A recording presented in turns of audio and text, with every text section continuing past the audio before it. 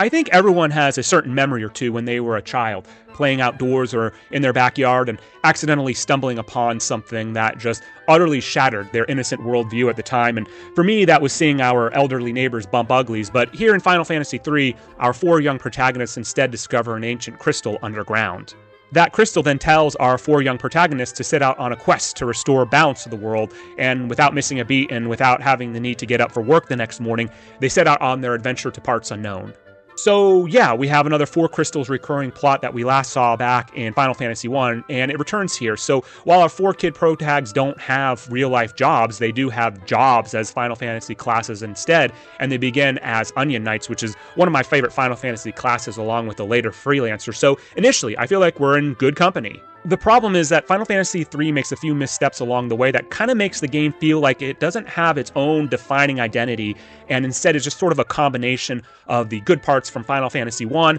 which is the early job system, as well as Final Fantasy II, which is a more narratively driven adventure. So in that respect, Final Fantasy III kind of feels hollow compared to its predecessors. So first, 3's story has a noticeably more uplifting and optimistic narrative compared to 2 and even 1 to some degree, and even the characters in general just look happier, but there's other things like the fellow stuff all being kind of silly, and it all comes with a price though, because it clashes with the dark mood and vibes that the previous 2 games had, and even this game flirts with a little bit. So I'm really confused as to whether this game was specifically intended to have a tonal shift from the previous 2 entries, or whether this was a result of the story just having awkward, whimsical transitions. As for the gameplay and the mechanics, it's similar to the previous 2, but I have to ask, what is it with this game and its obsession with the silly Toad and mini statuses? I mean, sure, dealing with them every once in a while is a novelty, it's fine, but I feel like almost every encounter I have to be prepared to deal with them.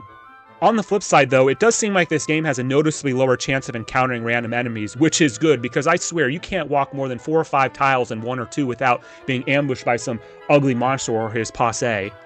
Moogles also make their first appearance here, so I do think that Final Fantasy III can be kind of viewed as a turning point, where then Squaresoft started to envision Final Fantasy as a meta-series, and in a similar vein, I think it's really cool how Mithril is this legendary material back in Final Fantasy I, but by the time 3 rolls around, Mithril is basically an early game material at best and is replaced pretty quickly, so it's kind of like in real life with what our ancestors viewed as a luxury is pretty boring and commonplace to us now. Anyway, the main takeaway from Final Fantasy III is, of course, its job system. Back in my Final Fantasy I video, you might remember that I said that Red Mage isn't really good until Final Fantasy V, and I say that because although Red Mage makes its second appearance here in this game, he's really only functionally useful for maybe the first half of the game before being power creeped by better jobs. But power creep is just generally a reality for all of the starter classes. I mean, you really can't get comfortable with any of them, because why would you realistically use any of the starter mages when Magus and Devout exist? I mean, sure, every class is at least somewhat useful, but there are some definite stinkers like Bard and Evoker, but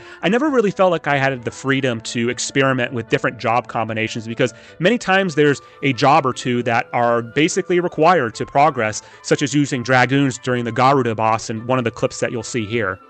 I played the Final Fantasy remake on the Nintendo DS some nearly 20 years ago, and I remember liking it a lot back then, but having played this version for about 12 hours, I was actually a little surprised how unimpressed I am with Final Fantasy III in general, primarily because I think Final Fantasy III has overall just an unengaging story, and its job system is not all that well implemented, or at least is how I remember it. So in the end, I'm giving the Pixel Remasters version of Final Fantasy III a B-. Will Final Fantasy IV right the airship? We'll find out next time.